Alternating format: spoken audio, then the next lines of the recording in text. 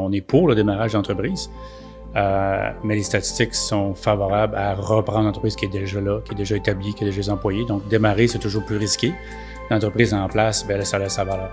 Qu'elle a comme valeur, bien, elle a déjà des clients, elle a déjà des fournisseurs, elle a déjà un comptable qui était attitré. Il y a déjà beaucoup de choses qui sont déjà mises en place que tu as juste à reprendre. Donc, il y a un grand avantage, des grands avantages à faire ce move-là versus démarrer de zéro. Pour l'avoir fait quelques fois, avoir supporté d'autres entreprises, entrepreneurs à le faire, c'est pas facile de redémarrer. C'est un autre type de personnalité pour le faire.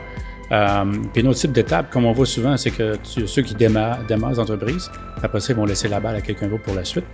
Un repreneur de qualité aussi a sa personnalité. Je la définirai pas là parce que je la sais pas encore, mais ce qu'on peut savoir, par exemple, c'est qu'il y a un potentiel énorme d'entreprises qui vont rester après 5 ans, comme tu as dit avec la statistique, très, très bien. Donc, toutes les valeurs de l'ensemble, c'est que tous les blocs Lego que tu dois bâtir en démarrage sont déjà ensemble, sont déjà là. Puis, si je prends mon chapeau d'optimiseur numérique, si en plus tu optimises les choses pour que ça consolide et que tu sois moins dépendant de certaines choses, comme avoir un dédoublement de certains fournisseurs, augmenter l'expérience client, t'assurer que les employés sont bien formés,